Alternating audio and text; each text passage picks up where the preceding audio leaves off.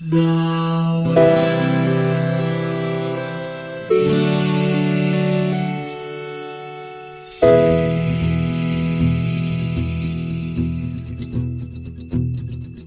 The living room's dark, save for light being cast from the big TV screen and the imminent sunrise that's teasing the one starry sky with whispers of morning.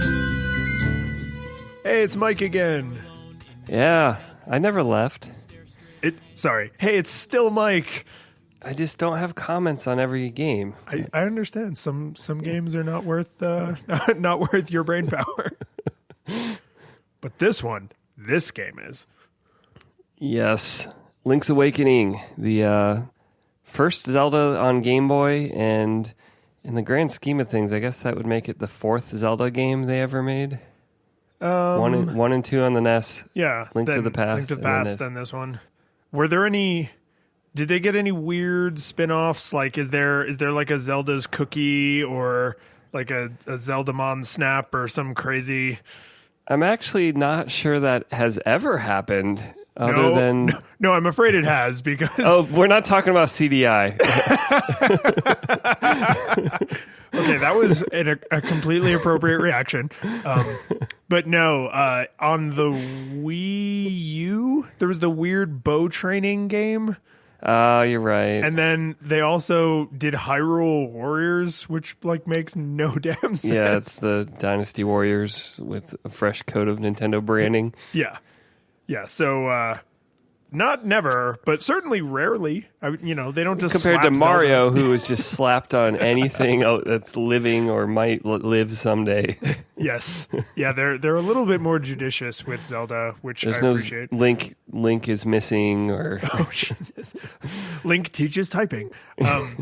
So we played Link's Awakening for the Game Boy, and I think it is worth noting that I never played this game as a kid, but I did realize after playing it that I was exposed to this game because I remember Brian playing the original.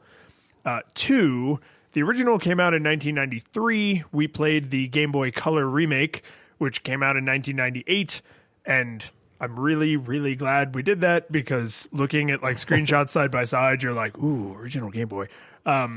And 4 or 8 or H or whatever one I'm on now, there is a remake of this coming out, and the timing of this episode is not at all circumspect.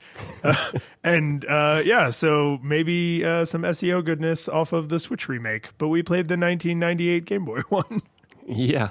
And so to counteract your lack of nostalgia other than osmosis of your friend, I did play it when it came out. I had the original Game Boy growing up. I have lots of nostalgia for whatever that famous webcomic is of the kid in the car with every little street light lighting his game for 1 second. I love that comic. That's so cute. And so I had those family road trips where I was desperate for any form of light. I had weird, there was a weird era of lots of attachments to the Game Boy to have magnify the screen or give you bigger buttons and of course lights, because there wasn't a backlit Game Boy for a long time. Did the original Game Boy also have the crazy thing that was shaped like batteries but then had a cord so you could plug it into a wall? I don't remember that. I don't think you had an AC option. It was always batteries. Okay, maybe I'm thinking of the Game Gear. I know there was some handheld console that had plug these fake batteries in with a rat tail coming off of it. I mean, maybe some unofficial third-party thing came out like that. Fair play. Yeah, there was a kind of a playground of adapters. None of that matters for Zelda, but it was just part of the nostalgia. It was also, this game came out and it was kind of part of a wave of the Game Boy getting, quote, real games and not just either really awful ports of console games or, very, very simplistic, arcade, one screen or few screen games. This joined the ranks of Metroid 2 and, Capcom did a really good job porting most of their games like Bionic Commando and DuckTales and Mega Man. And didn't the first Mega Man game they put on Game Boy only have 4 Robot Masters instead of 6, or 6 instead of 8? Yeah, it only had 4, and and then the subsequent games were weird because they would take 4 from 2 and 4 from 3, or like they would start mixing them up. It was weird. They went full Final Fantasy naming, and they were like, we messed it up. We'll just never fix it. And then they had 5, which was completely made of it. So, I mean, Link's Awakening was Nintendo making a true AAA game for Game Boy, which was refreshing given that there's a lot of shovelware on Game Boy. Yeah. And I want to be clear, because you said this indirectly, but I want to be really explicit that I did not realize in my memory when in the Zelda series this came out. And I think it's really important for someone who has played this game as a kid and didn't realize this, or who has never played this game and is considering, playing the original or now playing the remake that's going to come out later sometime. This came out after A Link to the Past. And the reason I think that matters so much is when you play the original Zelda for Nintendo, you're like, oh my God, this is like iconic. And there's a bunch of stuff that's dumb and I hate, but you can see the foundation that they're laying. And then you play Zelda 2 and you're like, oh my, what is happening? Right? And it's miserable. And then you play A Link to the Past. And in my mind, and I know I don't represent everyone, or at least I represent all the smart people. In my mind, Link to the Past is like the definitive Zelda. Like it is. Yeah. It's my favorite personally, but it's just like, it's so good. And there's so much that was established right there in that game. And then knowing that this game comes after is important because so much of what they do in this game that we're going to talk about is, I don't think they would have come up with all these ideas if this was a game for Game Boy before the Super Nintendo one. This was essentially them trying to take all of the goodness of the Super Nintendo one and shove it into 4 bits and getting surprisingly close to that goal. Absolutely. Not to give away our feelings on it, but no, it was terrible. Or was it great? Who knows? No, but I mean, like in terms of mechanics and like interesting little level design things that they tried, like knowing that this came after Link to the Past makes so much more sense, because if this game had come first, then you would be like, oh my God, this is where all the groundwork was laid for Link to the Past. But really, they had the way more powerful system, and then they had to decide how to cram all of that game design down into, half as, or what, a quarter as many bits, way fewer bits. There's still some interesting experimentation happening in this game, but you can tell that the paradigm was really figured out by the time they got to this game, and the riffs on it aren't as extreme as you trace the first 3 games, and they're wildly different. And I mean, I think a lot of Nintendo's franchises they started to set in the Super NES era, like, we kind of know what this is. And Yeah, I agree. They were sort of like, okay, this will be the definitive one, and now we will branch off of this. We're not going to remake the mold every single time. Yeah. Lots of nostalgia for me. It's a real serious attempt at a full game, and so let's talk about visuals. Let's talk about visuals. I think it matters that we played the color one just because it's in color, and I like the Game Boy Color. I like the simple, flat colors that the Game Boy Color was good at. But this game, like a lot of Nintendo games, lends itself incredibly well to really simple sprite art. I mean, I've made no secret of my love of sprite art. I feel very personally insulted when sprite art is done poorly and something looks like garbage, because it's such a nostalgic art form. And Link as a little elf character, and the little monsters, and the very kind of game board tile layout of the things like trees and rocks and stuff just works incredibly well on the Game Boy. And even little things like the fact that the rocks and the pots are exactly the same size, which is exactly one tile, which is exactly how big Link is. Like, your brain just sees like the kind of cartoony, I've always called them tokens in the past. They're like game tokens, right? And the fact that they're the same size, just like your brain is like, no, this is fine, because it's so simple and cartoony that you just make your peace with it, really. Yeah, and even though we played the color version of the game, this game had to live on top of a design that worked with 4 shades, which is all the Game Boy can do. Yeah. And I was trying to look this up. It's not like 4 shades and blank white. It's literally 4 shades total. And so everything they have to communicate in this game has to make sense to your eye with only that much contrast to work with. And I think they do an incredible job. They show off like just the number of environments in this game. The beach, there's a forest, there's a swamp, there's a desert, there's waterfalls and lakes, there's mountains. And they basically have to do that with the shape and contrast, not with color. Well, and there's indoor environments, right? So there's, you go underground, there's stone dungeons, there's inside houses that have like wooden beds and wooden floors. There's fire. There's like some torches and things, and you get the magic rod that makes fire toward the end. But yeah, there's a gigantic amount of information that's communicated through shapes mostly, then textures, and then third, I guess maybe movement. Some things like the way they move gives you a lot of information, or they flash colors or whatever. But the color upgrade exists only because they were replacing the original version. So the fact that they were able to successfully make the game at all with all that information in those 4 colors, and you're right, it is literally 4 colors total. And then to add in, what did the Game Boy Color have? Like 16 colors? 24? I think 56. 56. I wouldn't have picked that number out of the air.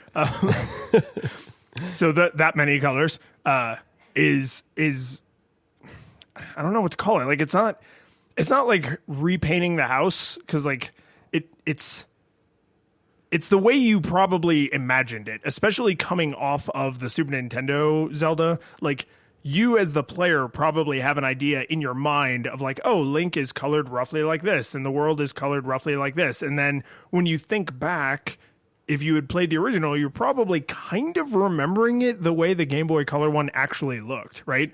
So even just 5 years apart, they sort of had to compete with, how did people imagine this thing looked when it wasn't in color? And now we have to try and match their memory.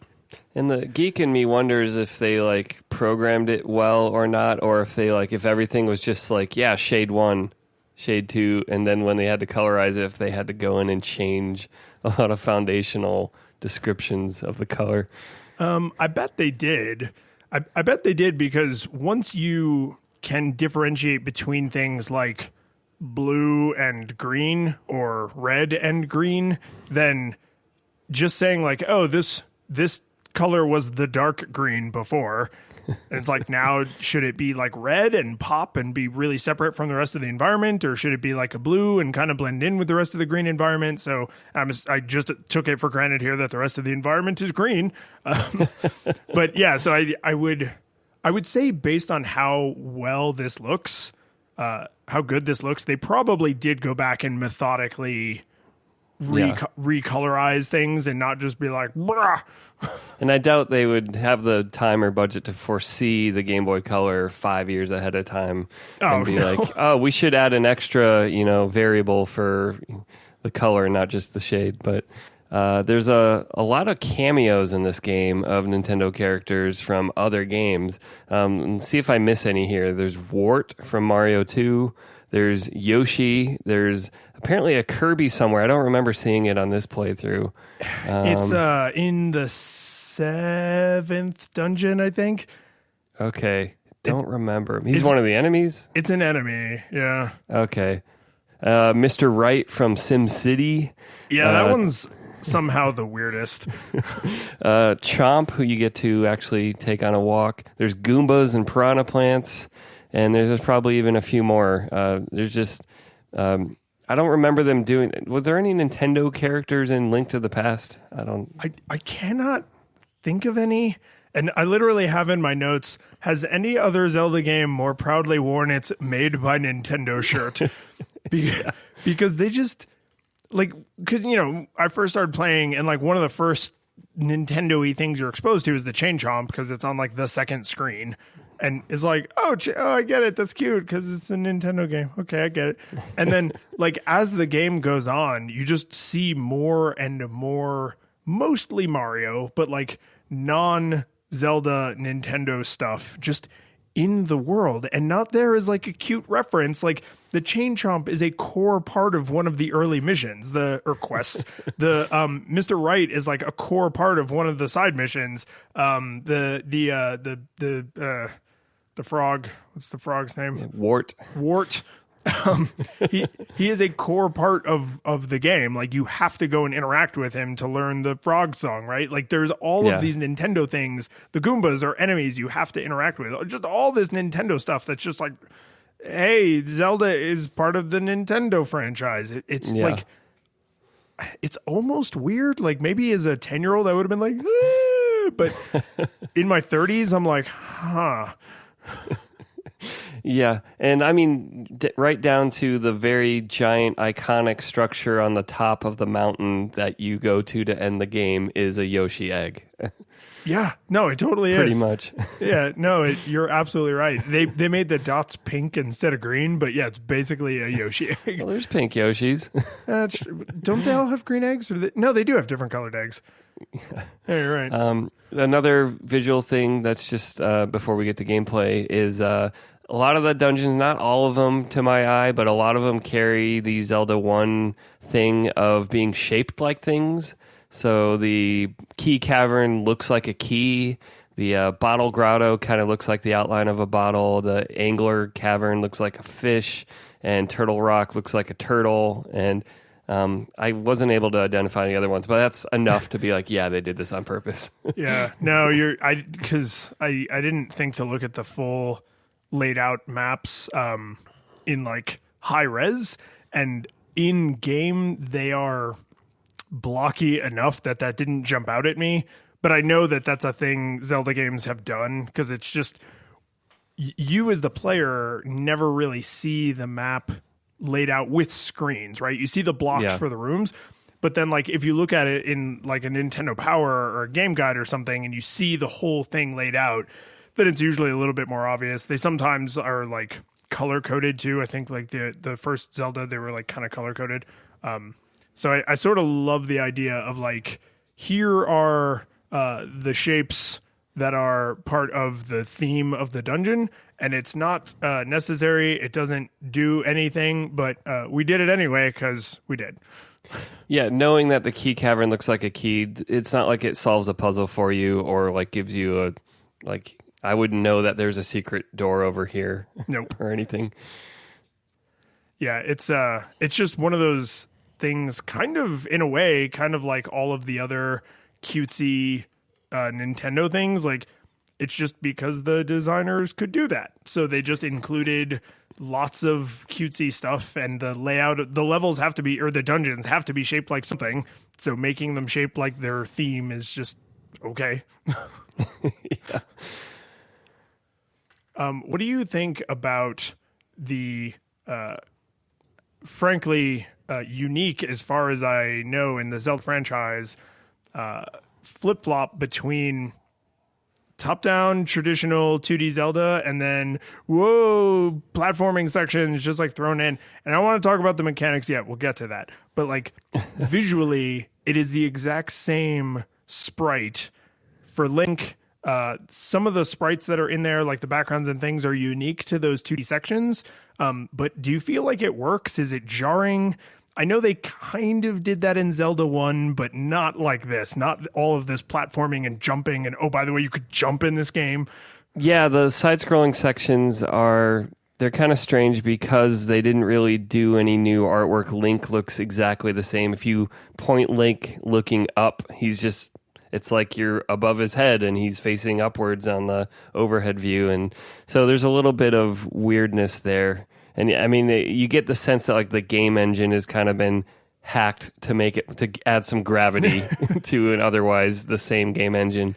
And yeah, it's a little weird visually. Like it comes off as like kind of they forced it in a little. Yeah, and it's because the visuals down there are straight on, right? Like when you see a platform, you're looking right at the side of it, not like at kind of a gentle angle. Like everything in there just feels like it's from a different game. And some of those platforming sections I kind of enjoyed. I was like, oh, okay, like I get to jump over this thing, or there's this little like puzzle with the ice blocks and the fire wand, the magic wand that I need to solve. Like that's kind of interesting, but visually it feels very out of place. Like you swap the cartridges really fast in between loading screens. And I mean, I could trace it to something from Zelda 1. They never made it like a full gameplay moment, but when you would get items in Zelda 1, you would kind of be in a view like that, and there might be bats, but there's basically nothing that happens there. Yeah, they're like little they're like little crawl spaces where you like go down the ladder and you go over and you go up another little ladder, and then the item's right there. And I get why they wanted a screen that was like, here's the item, right? And like that was all they cared about on that screen, and they wanted to like accentuate it. But in Link's Awakening, these are like substantial platforming segments required to progress through dungeons. It's not like you could just say like, oh, there's this silly thing on the side. Like it is a core part of every dungeon, or at least most of the dungeons. And reminds me that there are thwomps in this game too. One of the cameos I missed. You did. There are absolutely thwomps. Which, I mean, we'll get to the mechanics, but the whole Zelda as platformer angle of this game is, I think, one of the like stay in your lane Zelda kind of things we'll get to. Yeah, no, I'm with you on that. I don't love the way those sections behave mechanically, which we'll definitely dig into more. But I really, even just thinking about the visuals, I don't really like the way they look. And then musically, and we don't have segue right into music right here if you have more stuff to say on the visuals, but like they also do weird things with the music. It's like those entire sections, visually, auditorially, and mechanically, are all like from a different game, and they just didn't want to scrap that work, so they put it into this game.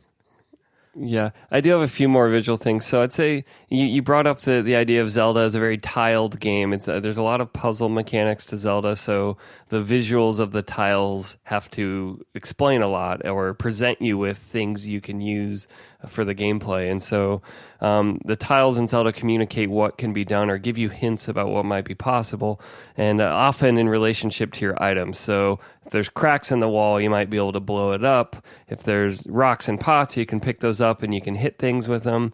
If there's water, you quickly learn that you can't swim until you get the flippers.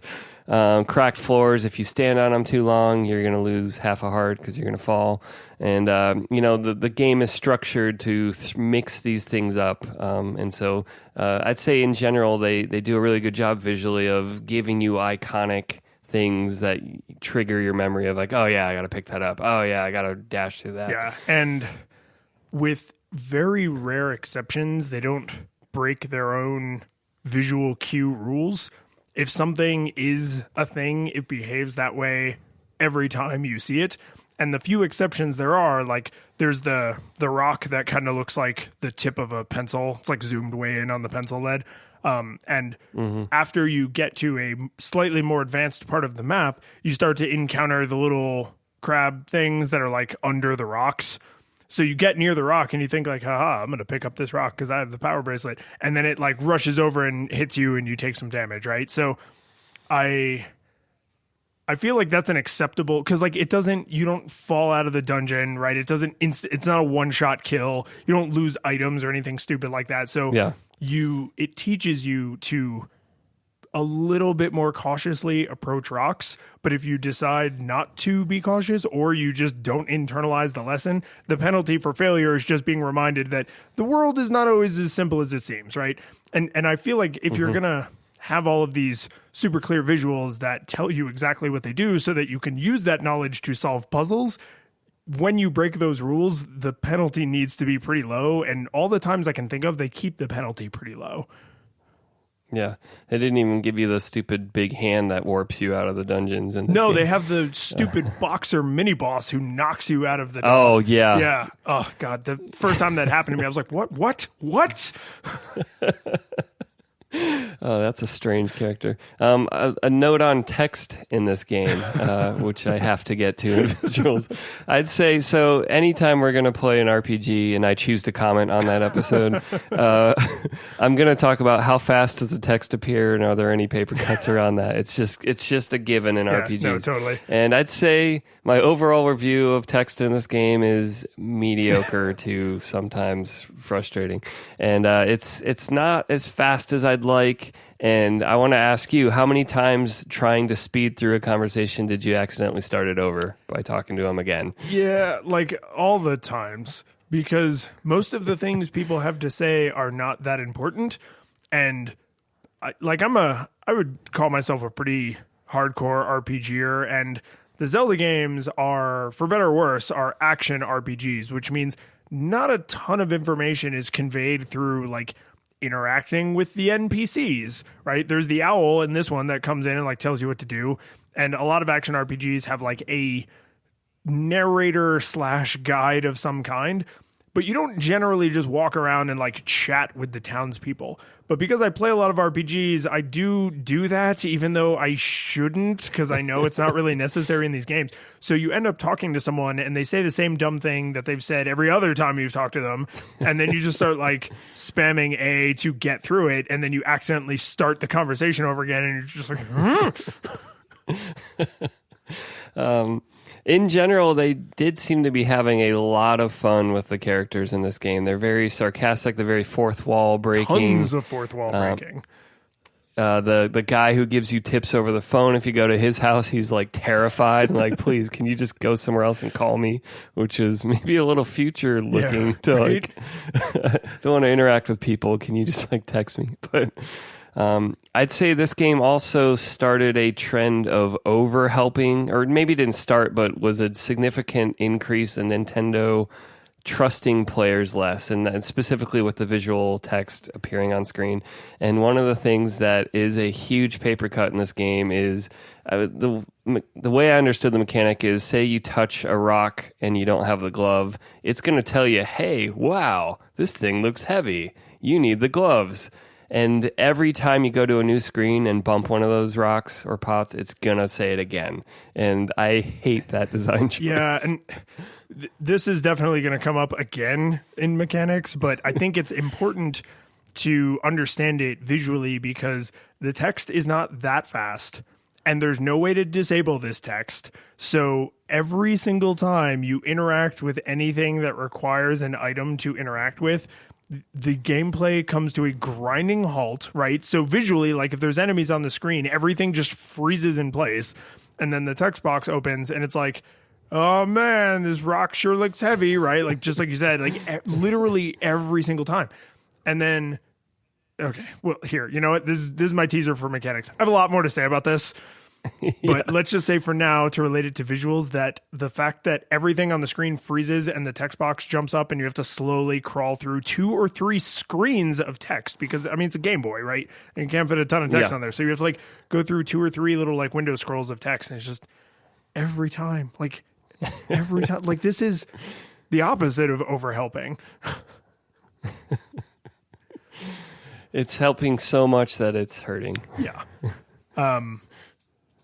Oh, God. Now all I can think about is the part of the episode that's going to be us talking about that.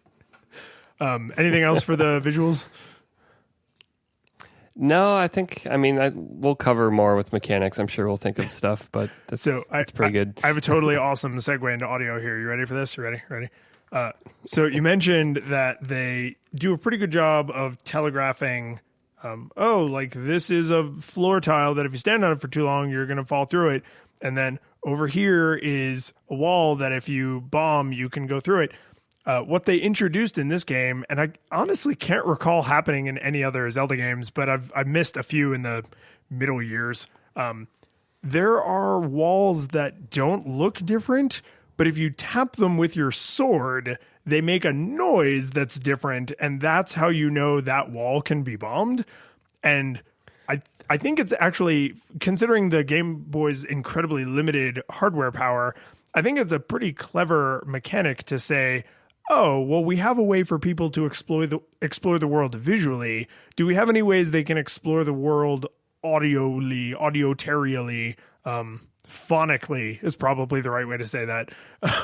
And I can't think of any other Zelda game where that's how you find bombable walls. And I thought Link to the Past did that, didn't it? if it did, I have successfully played that game a bunch of times without ever having to do that. It might not, and maybe I'm just remembering from this game, but I feel like you can do that in Link to the Past, and that would make sense that they would include it. But yeah. But either way, I do think it's a clever mechanic because so much of the information is conveyed visually, and there's very little information that is only conveyed through audio. And exploring the world through audio is a perfect fit for the Zelda universe, right? It's like the whole point of the game is exploration and like, you know, having an adventure in this world. And it makes sense that you wouldn't only do that with your eyes. You would use other senses to get around the world. So Yeah. I actually thought that was a pretty cool thing to include, even if a few times I would like open up, you know, game facts or something and they were like, oh, poke this wall. And that's the part of it that you can bomb. And I was just like, so like, I didn't always remember. That mechanic though also seems like something that on Game Boy is something that a lot of gamers might miss because they might be playing silently just because of where they are. Or in a super noisy environment.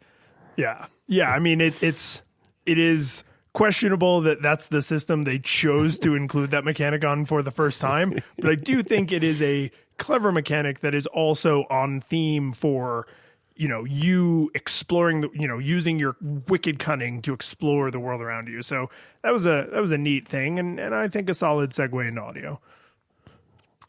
Yeah, I guess one thing I'd say is every single item you get, special item you get in this game has a unique sound, which I think is like the hook shot sounds different than the boomerang, sounds different than a bow, sounds different than a bomb, sounds different than I don't think any of them sound the same, which is, I think, remarkable given what the Game Boy's sound chip is capable of doing. You know, when you fall, there's kind of a slide whistle. If you step into a door, you get a like you're taking footsteps upstairs. When you break a pot versus breaking a boulder, and like I could see a world where a game designer gets lazy and they're like, well, when you break a rock and when you set a bomb off, it can probably be the same sound. Like whatever, stuff's kind of, but no, it's different. My favorite sound effect of almost all time is hitting a boss in a Zelda game because there's always just wow, like really satisfying when you kill him. You get the longer and I can't think of a better sound than that to reward you. No, and I'll bet on, because you know I play this on a Super Game Boy on a television like an adult, but I bet on a Game Boy speaker that probably sounded very like guttural animal, you know, you're slaying a monster, right? And it probably came out of that little tiny cheapo speaker and was like monster sounding, right? And then now like on a big television, it's a little more guttural, crazy. And I know this has been re-released on the virtual console and stuff. So like most people who've played this game now have probably played this on like modern equipment, which is hilarious. But even on, you know, big speakers on a big television, like it still sounds really good. Like the music still sounded really good. The differentiation of the sound effects still helps you navigate the world and understand what's going on and knowing which items you just used. Like it scales up surprisingly well in terms of audio. How'd you feel about the music? Okay, so it's pretty good. Like I enjoy this music a lot. I'm always excited to get a new variation in a mainline Zelda game on the Hyrule theme, the iconic Zelda music. But it's executed in a really smart way in this game. I think I have this later in my notes, but now seems as good a time as any to bring it up. Like you do the little opening of the game and you don't hear the Zelda music. And then when you go to the beach and you get your sword, that's when it switches over, and it's like now it's the like dun dun dun dun dun, dun, and it's like because you spoilers, you don't get the Master Sword in this game, or the sword you're walking around with is the Master Sword. There's no like moment there's no like clear moment of growth. So picking up your sword and like going back to being Link, the hero of awakening, is like, it's a super triumphant moment, even though it happens in like the first, 2 minutes of the game. And coupling it with that super iconic music that has a really cute little arrangement on the Game Boy, like felt really good. Like it wasn't just, oh, this is a good song, I know this song. Like they chose to roll it out in a moment that made it feel even more powerful. Totally agree. Some of the other music is not so great. Well, they can't all be winners, Mike. And I'll save a certain one for you to talk about, but I'll talk about the ocarina songs. And so I'd say the Ballad of the Windfish is probably the best new Zelda theme that comes out of this game. By the end of the game, you get all 8 instruments, and it kind of goes through a medley of letting each of them kind of make some noise. And I just think, like, as far as like a chip-tuney orchestra, it's gorgeous. Like, it's really well done. And but then the other ocarina songs I think are hot garbage and worthless and nothing I would really want to listen to. No, and you can kind of see them thinking to like future games where they would have more powerful audio hardware, right? Because Link to the Past has the ocarina, but it only has the one song used to summon the bird, right? And you hear it, I think, at like 2 or 3 different speeds, but it's the same melody. Whereas in this, every time you accidentally go over the ocarina in your menu, it opens up the stupid submenu. Oh, right. We There's, didn't talk about yeah, that. because there's 3 songs. There's the Wart song, Marin's song, which is the main one that you wake the windfish with. And then there's like a hidden one that you don't need to beat the game that like warps you around. Yeah, because the wart one's how you revive things, which you need to get the flying chicken. But the other one just transports you to the whatever Tracy's cabin or whatever, the little water puddle next to so her. I didn't even get that one, but the other 2 are like, they're okay. Like the full, Song of Awakening like sounds pretty good, but like the little melody you burp out on the ocarina is like is not their best deployment of the sound technology on a Game Boy. Which is, I mean, fine. You're just using it to do a specific thing at a certain time, but there's also music when you pick up a Triforce, which for some reason is in the game, a piece of power, an acorn. And how do you feel about that music? Okay, so I think it would not be fair to leave this unsaid that this is obviously supposed to be their Mario Superstar music, right? Because when you get the piece of power, which makes you do, I think, like double damage, and then when you get the acorn, which makes you take half damage, they both get the same little like power-up music, and it doesn't last forever, right? Because the piece of power wears off just after an amount of time. So it's exactly like a superstar, right? You get this item, you're modified for a little while, and it's it's like 2 bars long. And the thing that was really starting to burn it into my brain after a while and make me like question my sanity is I struggled a little bit with a couple of the later dungeons, and like there was a couple times I just got like full on lost, and I made the mistake of like being like, oh man, I don't know where I am, and pausing and then like opening game facts while I had a piece of power, and now that's just playing on a loop infinitely for all of time until there is no other sound in the universe. And like it's not good. It's not good music, for one, because it's barely music, and 2, it feels kind of like the side-scrolling platforming segments. It feels kind of out of place to be like, oh, I'm the hero. Now I'm the hero super high. Like it's like, I don't know. It's just weird. Like it's just like the platforming sections visually. This is the audio version. Like it just feels out of place. Yeah.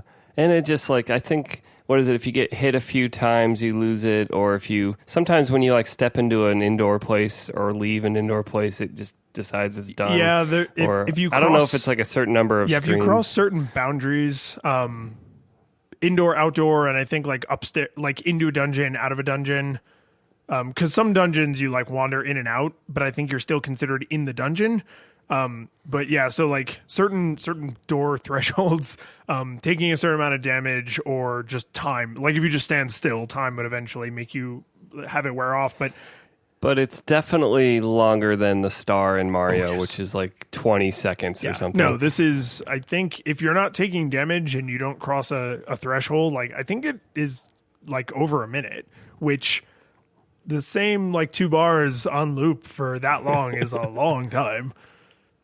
Yeah, it's pretty irritating. And it wouldn't be so bad if it was a rare drop from enemies. No.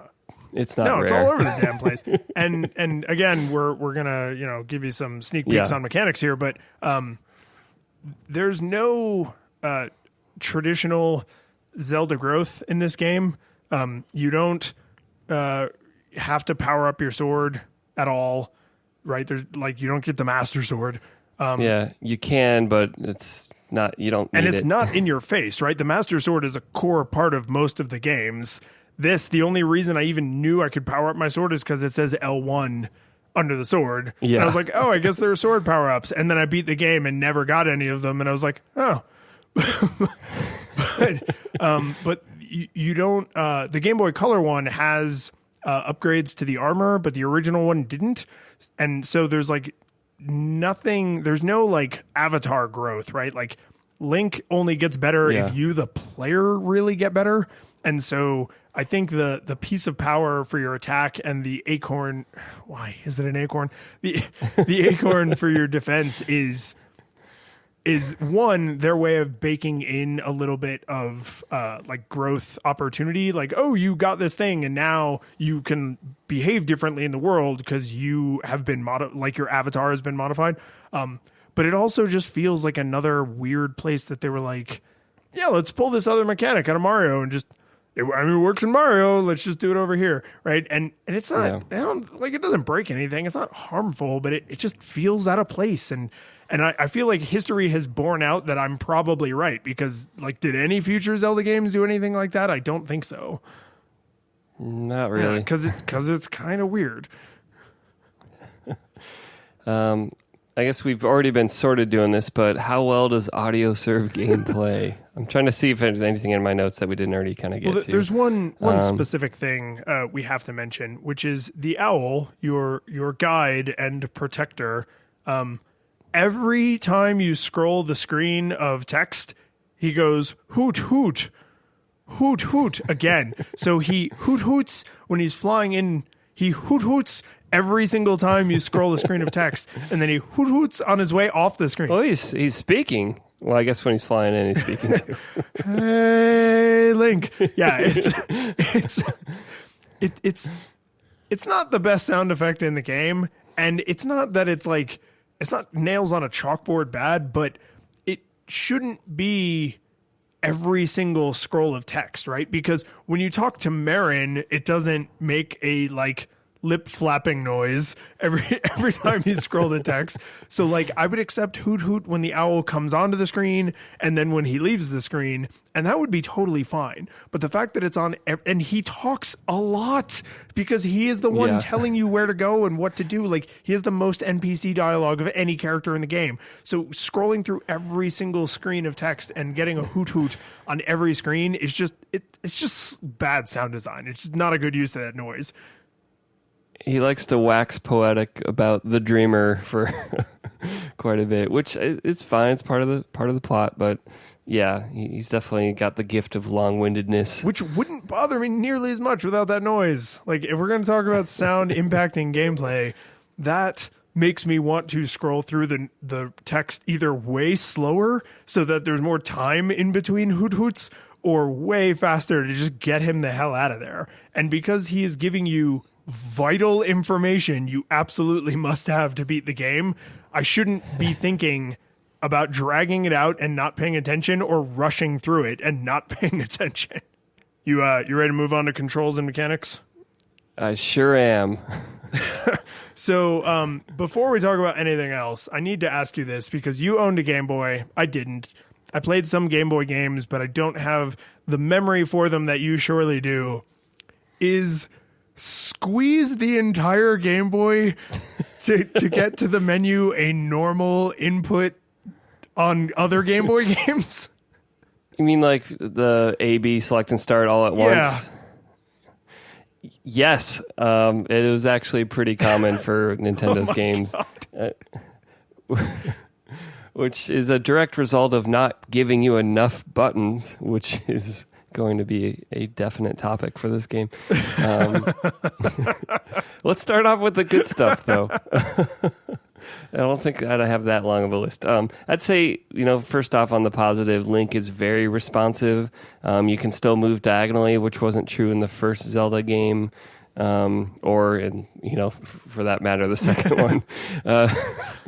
But it was in Link to the Past, and they preserved that, and that's such a nice thing to have when you're trying to maneuver around enemies and or fight the bosses. I can think of Final Fantasy Adventure, which takes a very Zelda-like design with the overhead view, does not have diagonal, and that makes it so much more annoying to fight. So that's nice. I'm trying to see, is there any other positive thing I'd say? I mean, your weapons, using them feels responsive. I'm pretty comfortable with what's going to happen when I let the slingshot out, or how fast these different items get released is pretty satisfying. Well, and I don't think there's a lot of variation. So like when you use the sword behaves like the sword every time. When you use the boomerang behaves like the boomerang every time, right? And there's even little differences that might make you opt for one over the other. So like you can throw the boomerang diagonal, which is kind of cool. But the biggest difference between the boomerang and the hook shot isn't that the hook shot can go a little bit further, because the boomerang can cover like 3/4 of the screen. The biggest difference is after you throw the boomerang, you can keep moving. Once the hook shot leaves, you are in place until it comes back to you.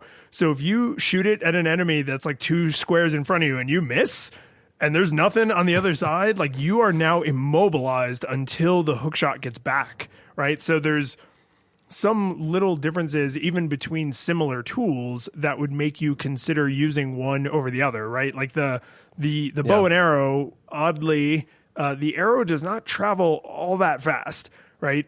So you kind of have to aim it a little bit more thoughtfully than you would with the hook shot, because if you miss with the hook shot, you just do it again, but like you run out of arrows, right? So the differences between the weapons feels consistent and understandable, and actually makes you think about like, oh, do I want to be immobilized after I use this ranged attack, or would I like to be able to keep moving? Well, in a notable difference from the Super Nintendo Zelda, you don't see the bow. And there's no, like, in the Super Nintendo one, there's, like, your timing is a factor because there's a lag. Like, he pulls and draws the arrow and then releases it. And so you kind of got to, like, aim ahead of who you're... And the arrows don't move that fast in the Super Nintendo one either. But it's almost like it might as well be a spear he's throwing, because it just kind of flies out of him. Yeah, they're friggin' javelins. Like, and so when I got to the first dungeon that encourages you to have the bow. You don't need the bow to complete that dungeon. I think it's like the 5th one. But there's the weird like winged items, which is kind of an interesting thing. But there's like the winged items, and I saw what I thought was the hook shot, and I was just like, oh, and I jumped up and got it, and I was like, nothing happened. Is this the false hook shot? And it wasn't until after I got the bow that I was like, oh, that's what arrows look like. The arrows are huge, and you don't see the bow animation. So they just, these giant javelins just come flying out of your face. It's not the best visual, and it's very much a limitation of the graphics. Like if they made a thinner arrow, you just wouldn't be able to see what the hell was happening. Yeah, especially because the original Game Boy, the screen ghosted like crazy. Like anything moving, I can see why Zelda's a good game for it, because the background does not scroll unless you're changing screens, which is a pain on the Mario games. If you play them on original hardware, it's just like a smeared mess. Yeah, that's well, and I remember some of the, I think maybe one of the Wario games maybe did almost like Mega Man style screen scrolls so that they could limit the amount of time. So the screen wasn't just constantly moving like it is in most Mario games. And I never thought about it, but that is probably why they did that. Oh man. Any other positive things? I like that you can jump. Jumping's cool. It is cool. I don't want to spoil mechanics. It controls very well, and it gives it actually makes navigating a lot easier, avoiding enemies, because half the enemies I can just hop over them and it's like whatever. I don't need to fight you. You don't drop experience. I don't care about this. Pretty much. So yeah, the jumping feels great, and it's a weird Mario mechanic we'll get to, but. They gave you those floating items, and they gave you pits you got to jump over. And I don't know if you bumped into this, but you can technically jump over 2 squares if you time your jump really well. Can.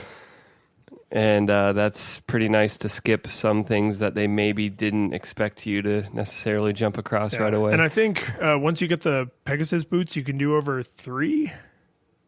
Right? Yeah, at least 3 because they force you to do it. But I do feel like the jumping in the overworld sections actually feels pretty good and controls pretty well. And the jumping in the platforming sections still controls okay, but it doesn't feel very good because the visuals are kind of askew and everything's sort of wonky. Yeah. But it's I felt like, oh, okay, this is an interesting way to add some interaction to the world. They don't allow you to jump up ledges, right? It's not like, oh, I fell down this ledge, I need to jump back up. Nope, that's not how jumping works. Like, jumping is a tool like any other tool to interact with certain parts of the map.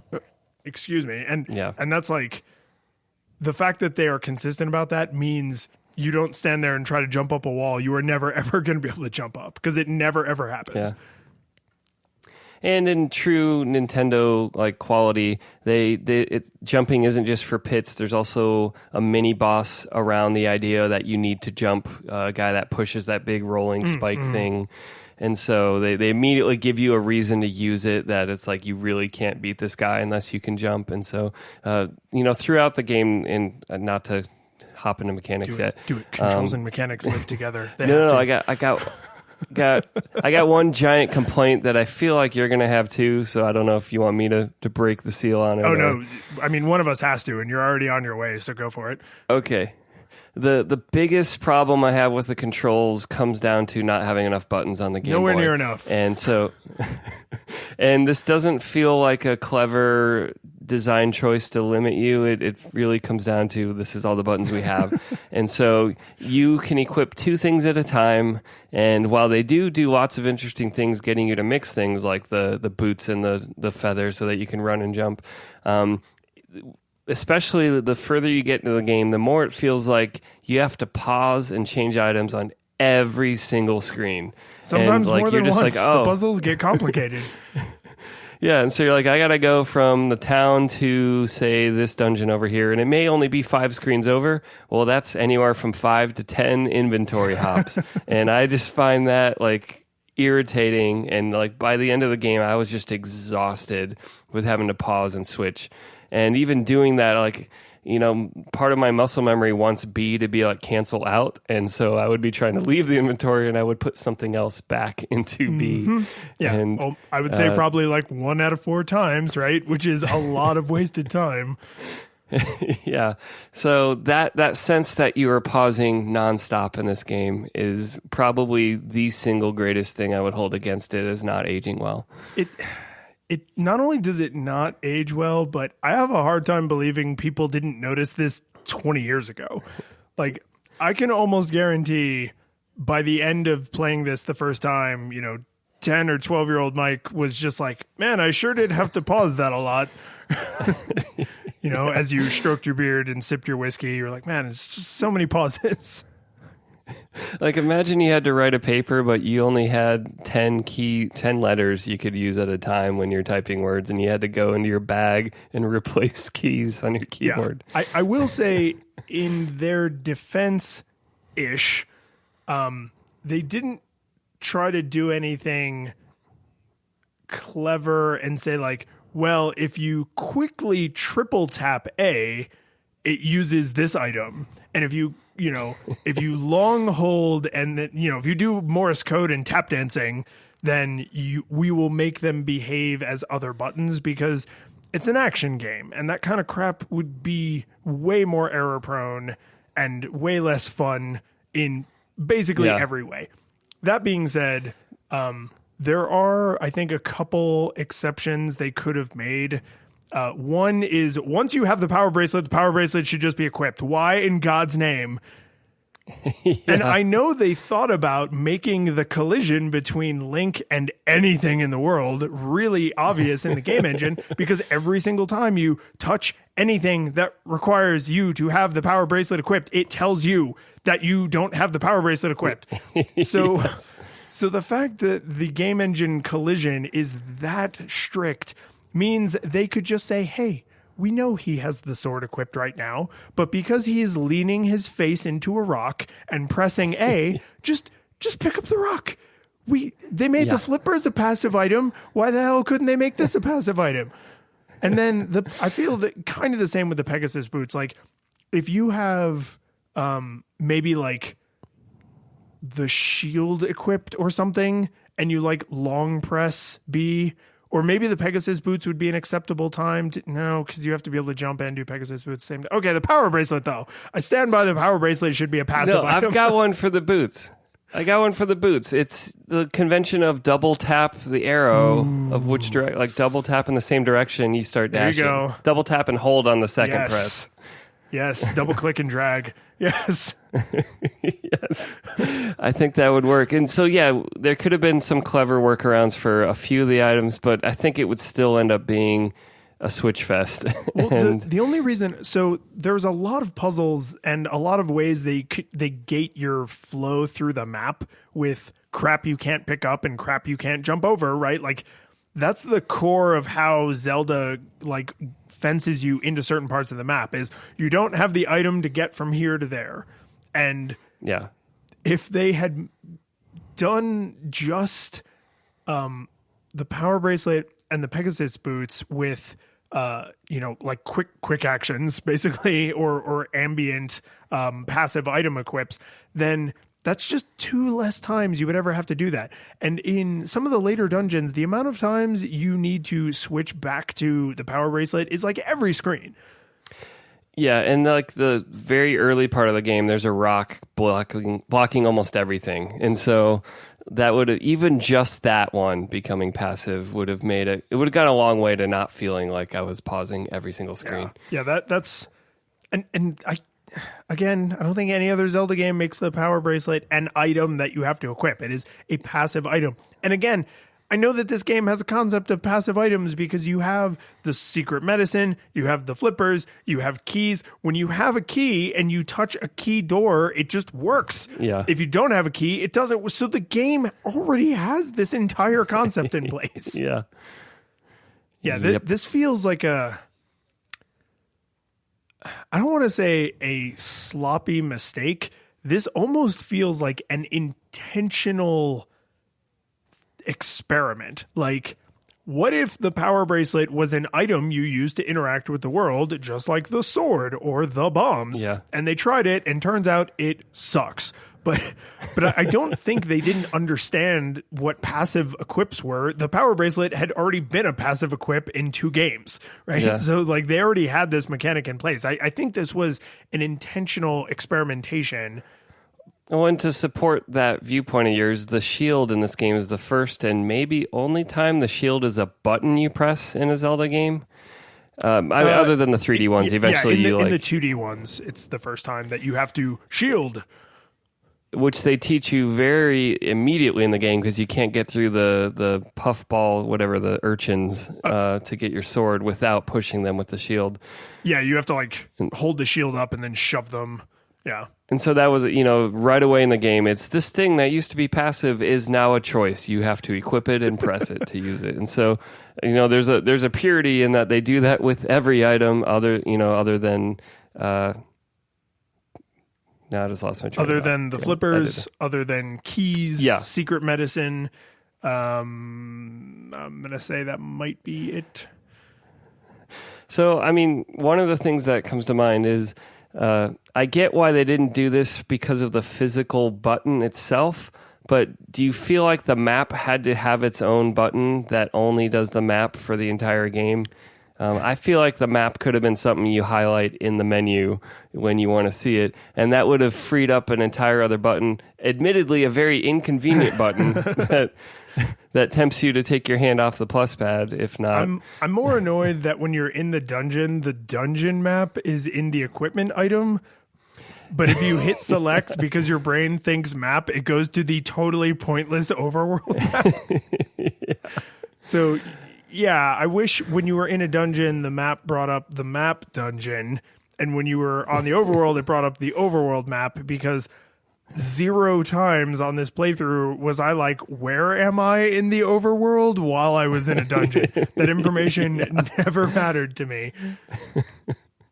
That's true. And I mean, I'd have to say this was an era where Nintendo was figuring out that maps were awesome to include in their adventure games, but this has to be maybe the worst one they ever shipped. And it's not useless, but I don't like it. Well, and I'll tell you this, there were very few times in this game, and I didn't think to mention this during visuals, but there were very few times in this game where I looked at the visuals and I was like, oh man, because they're blown up on TV. I was playing on Super Game Boy, so it's like they're huge.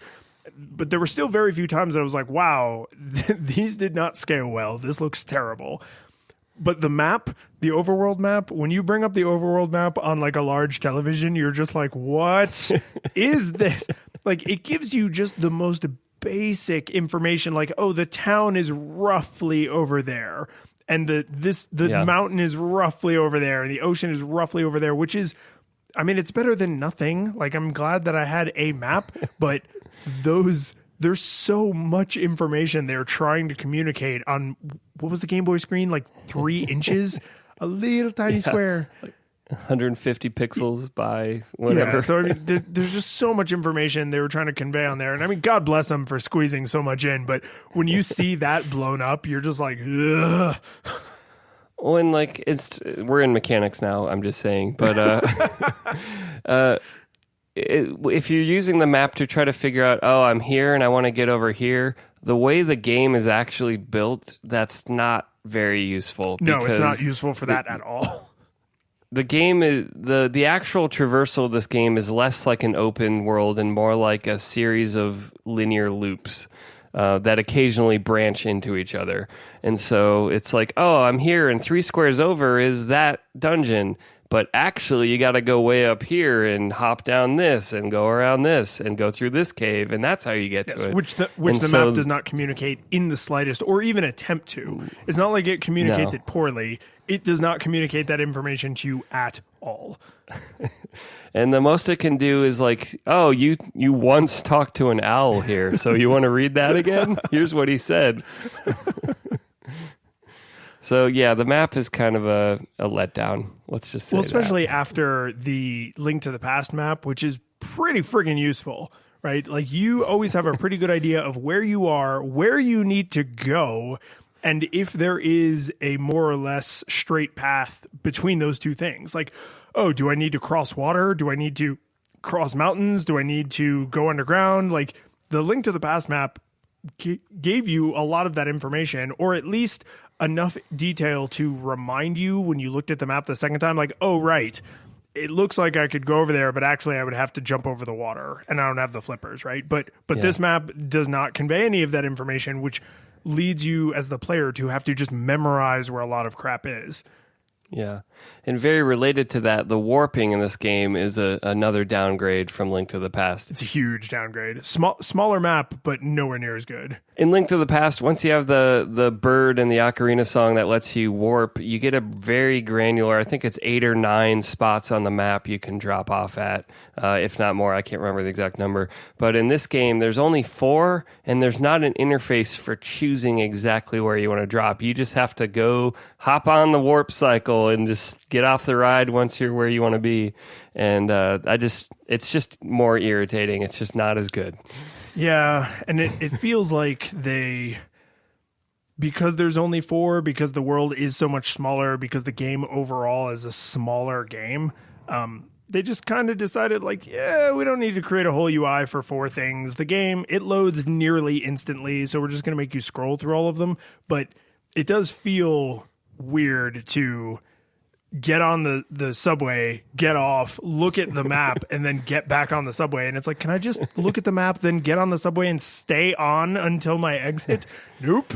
No, you cannot. And because of the aforementioned, like, pathfinding is so not related to viewing the map that you may drop off somewhere and still realize, actually, to get there, this isn't the best place to drop off. Yeah, it's navigating the world does feel. The overworld feels more like the dungeons than I think they ever have before, where screen to screen there may only be literally one square that connects 2 screens and it's blocked by a rock, right? So it feels like a puzzle that you would encounter in a dungeon, except it's everywhere you go. Yeah.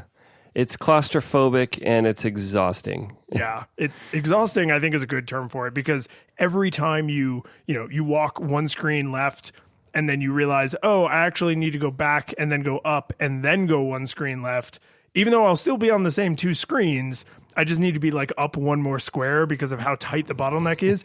Exhausting is the right way to describe that, because every time that happens, you go, because it doesn't feel like, oh, I'll eventually remember this. It's just like, God damn it. Yeah. So I want to, if we can, I want to end at least a semi-positive note on the control part is to connect this more officially to mechanics is this game does what every Zelda game does, but it still does it really, really well, and I really appreciate it, and they deserve a high five for it. When you get a new toy, you are immediately forced to learn how to use that toy. You cannot go from point A to point B in the game after acquiring a new item and not understand exactly how it works, because you're going to need that tool to solve puzzles. So they don't want anyone to ever say like, oh, I didn't know that's what it did. They're like, that's not fair. It's like, nope, you literally cannot get past sometimes the next screen without knowing exactly how the hookshot works or the magic rod works or the whatever works. Like the shield right in the beginning of the game, the sword, right after you get sword, they're like, you should probably stab that thing to death, right? And so like they make you learn how everything works, which means even though the controls are very clunky, and I do disagree with some of their design choices, you can never say, I didn't know how the controls worked, I don't know how to use this item, because you cannot get from here to there without crossing that bridge. Sometimes literally a bridge. And sprinkling on like the bonus on top is they also do the Zelda and Metroid thing of dangling pieces of heart and other items or treasure chests out of reach, requiring those items. So it's not just, oh, to beat this dungeon you need this, but also remember that thing you couldn't get to before? Now you want to go get it. And so it's something every Zelda game, every modern Zelda game does, but they also did it here. And so, high five. Yeah. I think we also need to talk about what I just consider trying everything they could think of in terms of mechanics in the game. They sat down and just listed all of the things they could think of, and then whoever the director was for the game said, yeah. And everybody in the room was like, no, we asked you which mechanics to pick. And he realized he hadn't been paying attention. And he was just like, these, these all sound good. Like I can't pick a favorite child. I think, you know what? I think we should just do them all. And he didn't realize the list had like 100 things on it. And so that is what they did. They took all of the things you can think about from like Link to the Past and added platforming. Two of the bosses, I think, you fight in a side-scrolling platforming layout. There's key blocks, so there's an additional thing that you have to use keys on besides just doors. There's the green crystals that you can only go through if you're using the Pegasus boots. They added the concept of mini bosses, some of which come back if you go back to that room. So like you have to try not to get lost when you're in the dungeon, otherwise you'll have to fight the boss again, which adds an additional challenge. The bomb walls that I mentioned, you have to poke. Some of the bosses have weird weaknesses to like other side items. There's a little bit of swimming. Like there's just Some of I think the very last dungeon or the second to last dungeon, there's a platform, like a platforming section with a puzzle in it where you have to use the magic rod to melt the ice blocks. And if you melt the wrong ones, you can't platform off of them. Like so many mechanics, so much stuff that is not considered like standard Zelda. And they just tried it all. Yeah. Those ice blocks, wonderfully every time you bump them. Yep. Text. I'm just going to remind you again. Even if you have the fire rod equipped.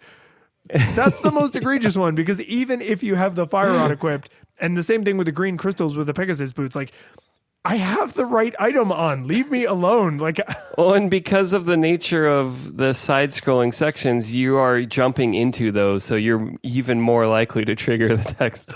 So worst design decision in the entire game. Worse than the controls. Yeah. So I don't know if these were part of what you were thinking of, saying that every single game mechanic ever was tried in this, but there's weird games of chance mixed in, like rolling the little horse dice or hitting the card suit guys to make them match. Yeah. Or there's even a few old-fashioned classic 8-bit style, you have to kill these enemies in the right order type thing. Oh, the first time I encountered that, I was pissed. Because they do nothing to communicate that to you. Like, yeah, I think you'd have to find the special beak to get a message about it, and that's about it. Maybe I was like, beak, whatever. But I don't remember having that information given to me in the game. So I'll give them the benefit of the doubt and say it was there and I just missed it. But I definitely got stuck in this one dungeon. And I was like, okay, I guess I'm going to open game facts. And it was like, oh, kill these 3 enemies in this order. And I was like, how would I have known that? Like, because the 3, like suits, they have like, like playing card suits. And you have to kill them, when you hit them, they freeze on one suit. And to kill them, you have to get all 3 of them to freeze on the same suit. And when you don't do that, it goes, burr, burr. And when you throw the knights, the chess pieces, which... Why? What? But when you throw those and they don't both land upright, you get the like when you are in a room with enemies you need to kill in a certain order and you don't kill them in that order. Hey, reuse that sound effect you had for communicating to the player that they failed at a puzzle. Like, you've already thought about this problem. Yeah. And I mean, I just have to say, as far as a gameplay challenge in a Zelda game, the card suit enemies and the knight dice throw are not long-term satisfying challenges. They're just games of chance. They're just, well, guess I got to sit here rolling these till I can get through. Yeah, it's the knight pieces you don't fight. Like, they're just objects you pick up and throw. So at least you can fairly quickly blaze through that. But the trying to get the 3 suits to stop on the same suit at the same time, that is just boring. Boring. What do you call it? Like a boring slot machine, right? Like I didn't win. When there's that, is it the eagle? There's the dungeon where you have to knock down all the pillars with the little ball that you carry around with you. And maybe there's a way to get around this, but I didn't find it. I found myself having to swing through some like boulders in my way or throw things like bombs at them. There was one of those card suit puzzles where I couldn't just go straight over to them. And so it kind of felt like I was waiting for their random pathfinding to wander towards me. Yeah. Do you have a ranged weapon by that point? Yeah, but there's like the square blocks in the way in between me and them. And like you solve their puzzle to make a treasure chest appear, which you can hookshot to get across. Oh. And maybe there's like, I felt like maybe there was a way around the dungeon where I didn't have to leave the floor, which resets their puzzle. But I didn't find it, so I had to like try to solve them through a wall, which was not. So now you're playing great. A slot machine that you don't want to be playing in a really uncomfortable chair. And it's like, why am I doing this? Yeah, you're right. Not satisfying is a good way to describe a couple of these mechanics where you're just like, well, I did it, I guess. But you don't really feel that good about it. Even like the throwing the knights isn't hard, but it's just like it's a stupid open sesame trick. You're just like, okay, I did it. Yeah. So we kind of talked about this earlier, but I want to know, like, do you honestly feel like the game is babying you, or are they leaving you to your own devices? And I think this is a good time for me to ask you this question explicitly, because there's all of the Zelda mechanics you know and love, and then there's like 80,000 more Zelda mechanics, and most of them are conveyed entirely through gameplay, right? The stupid owl doesn't come down and hoot hoot and tell you how the suit enemies work, or how the knight pieces work, or how like basically anything in the dungeon works, right? Like all those puzzles, the like interacting with things isn't really spelled out for you, even when they keep shoving text down your throat. So like the green crystals, it was not clear to me that the Pegasus boots was how you defeated those, because it literally says something like, there must be some way to get past this. And it's like, this is weird. Yeah. So like, part of me felt like, oh, they're really trying to hold my hand by like reminding me like, oh, you need to use this item. But then they just, it's like a bad teacher just keeps saying like, no. Yeah, and it's like, yes, I get it. I'm doing it wrong. Can you help me do it right? Yeah, I mean, aside from the beak wall structure things, which was a weird adaptation of just the empty like stone tablet thing from the Super Nintendo one, those occasionally give you info on like a key core mechanic of that dungeon of like, oh, you need to do this, or this enemy, you need to actually bump the turtles with your shield, and then you can finally hurt them. But aside from that, there are these mechanics where it's like, you're so hand-holding about these other things, and you got nothing to say about this when I actually might like some help. Yeah, this is what makes me question, like, are they being super hand-holdy, or is it that they didn't realize this information being given to you again just becomes an annoyance?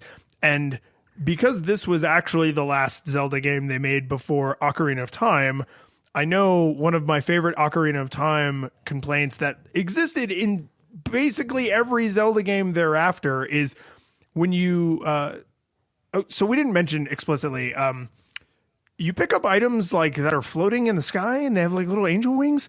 And and I actually kind of like that, because a lot of the puzzles require certain items, or certain items make the puzzle like way easier, or certain enemies like that you have to beat to get the door to open or whatever. And I sort of like that there's these like magic flying items, because every time I saw a magic flying item, I was like, aha, bombs. I need to be thinking, what can I do with bombs? Right. And it just put me in the right mindset. And something about getting bombs out of a treasure chest has just never done that same trigger to me. Like, and I'm not blaming the game. Like, I know this is my game's literacy, but opening a chest and getting bombs never made me say like, I need to be thinking about using bombs to solve like the next room or the next fight that I do or whatever. But the wings totally did. And it's an infinite supply. So if you run out of bombs and you screw up the puzzle, you can go back and the floaty angel bombs are there again. Right. So it's like, it's their way of just being like, yeah, okay, you need bombs to solve this puzzle. Here's bombs. Here's all the bombs you need. Right. Here's all the arrows you need or whatever.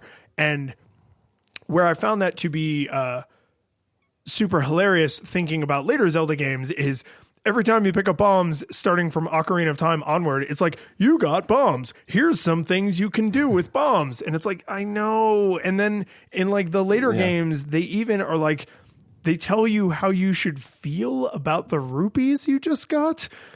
So like a small amount of rupees is like, yay. And then like a lot of rupees is like, this is the best. And then like, God, was it Skyward Sword that had the negative rupees? And it literally says like, and that's a little sad. It's like, why are you doing this to me?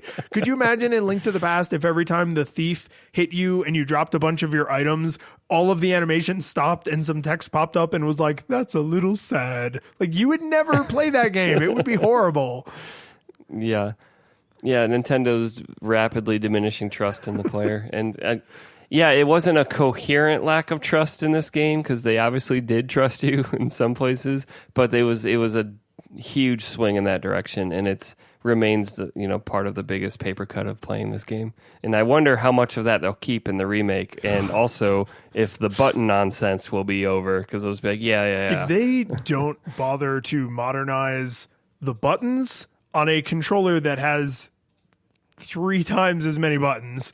And if they don't, no, 4 times as many buttons. So if they don't bother to modernize the buttons, and if they don't bother to remove the you touched a pot, you don't have the thing to pick up the pot, so we're going to remind you again that you can't pick up a pot, because Link to the Past already solved this problem. When you try to pick up something that's too heavy, you can't pick it up.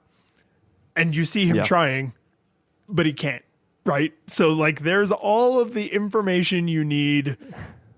I'm trying, but I can't. Like I don't need the text box every time.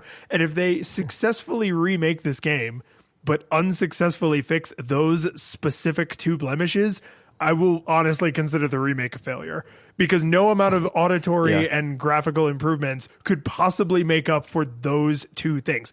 At this era in 1993, okay, I don't like it, but I get it. But in 2019, no, unacceptable. Unacceptable. We know better.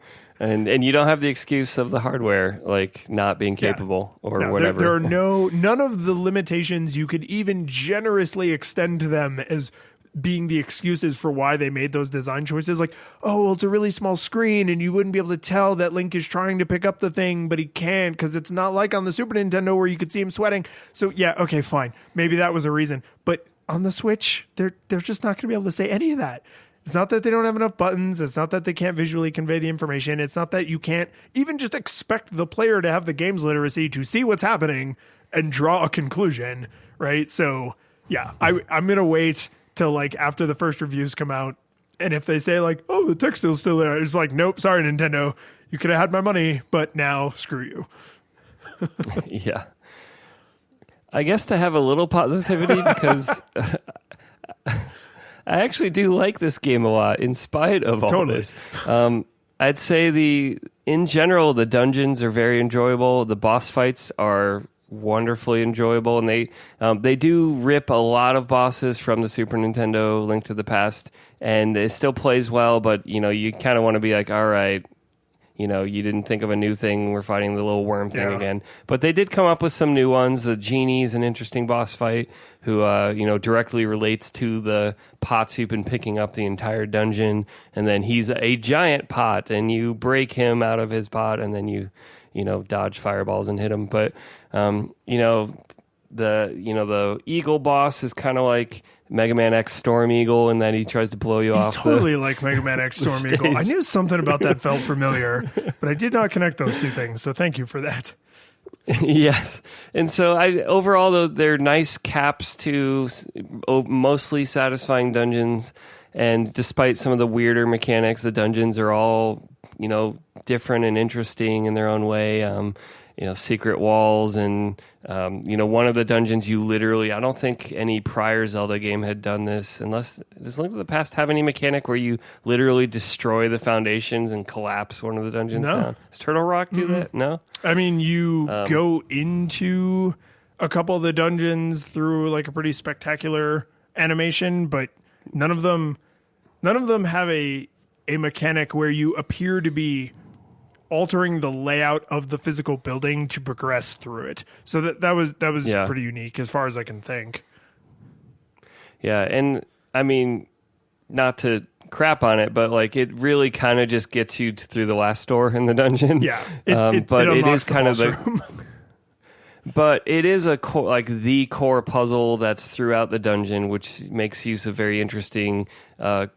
You're taking this ball around, which in general, Game Boy games, I think, were very light on memory, and so having to remember where you left that, and they probably had to jump through some hoops to be like, all right, in this dungeon we need some extra magic to make this work.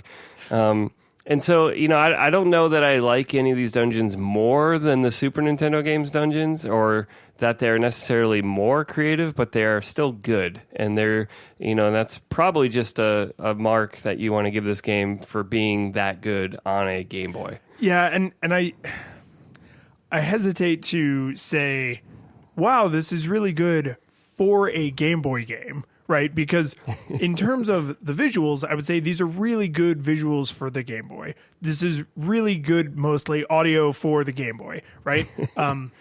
But in terms of mechanics, like the variation in mechanics and the level design and the lessons that they learned from Link to the Past. And they tried to not just copy paste it, but also say like, oh, can we do more things? Can we do new things from a design perspective, right? Because it's very different to say, oh, how can we push this hardware to its limits? When you're designing a puzzle game, you don't necessarily need all that much in terms of processing power. You just need to be clever in your level design so that you can make the player think and have an interesting and challenging experience. And they absolutely do that. Like, you could, and we are probably about to see them take this game and graphically improve it, but not really change the puzzles, not really change the way you move through the dungeons. I really hope they change the way you move through the world, but the complexity of the dungeon puzzles is as good as the Super Nintendo counterpart. I wouldn't say I necessarily enjoy them more or less, but in terms of like creativity and design and interesting things, yeah, I would say they're every bit as good as the Super Nintendo ones, which is part of why this game is good, because they didn't try to do things that would be impossible on the Game Boy. Like, you can only solve this puzzle if you notice this minor visual distinction, right? Like, that wouldn't be any fun. So they said like, oh, we have to have crazy layouts and you're going to have to backtrack and you're going to have to remember where you left things. And like, that's good. Like, it works really well in this context. So that kind of leads us to, does it hold up? So for me, as a first-time player, I did not require any nostalgia goggles to enjoy this, by which I mean I didn't have to say like, well, for a Game Boy game from 1993. That being said, thinking about it in the context of they're going to remake this, or they're remaking this right now, if I'm deadly serious, if they did not fix the buttons, which they have no excuse for, and if they left in the helping, not helping text every time you touch an item that you don't yet have the tool to interact with, I will consider that a catastrophic failure. Like, I can forgive that at this time in history, because even with all of the games literacy I have acquired in the intervening, several decades, I still get why they would have chosen to do that at this time in history. And I can play the game and learn to not get near a pot, right? So like, I actually learned to move through the universe in a slightly different way because I didn't want to keep seeing those little pop-up screens. And so that made me able to say, I'm not playing this with nostalgia goggles because I still hate this mechanic, but I found a way to deal with it that makes the game still fun. Or not mechanic, this design choice. But I found a way to deal with it where I'm still having fun playing the game. I'm still enjoying the puzzles. I'm still enjoying the story, such as it is. It's still good. So, no nostalgia goggles required for me for the DX. I don't know why they did that for Game Boy games at this time, but for Deluxe. Yeah, I know, but for the color, pseudo remake of the original. But I'm still withholding judgment for the remake, because to me it is not a slam dunk to remake this game. There are things they need to fix in the remake. Yeah. And I have to say, just from the little trailer they released, it looks like they're doing basically tile for tile the same screens. So I'm a little worried. But to be like, navigation may still be kind of annoying. But if they fix the buttons and they fix the text prompts everywhere, then that could go a long way. I'm with you. This is still a very good game, even without nostalgia goggles.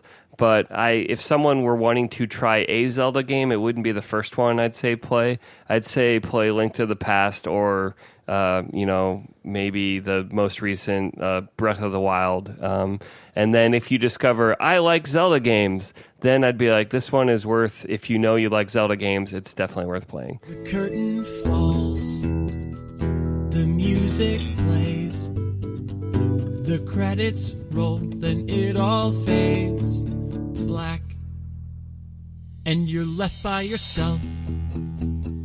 The fanfare is gone, there's no player two there by your side to share victories won. But as you slowly progress down the hall to your bed, a few great events leak back into your head. from the time that you spent traversing the land, battling evil, fighting the darkness, just sword in hand. Your memories creep in with the edge of a smile.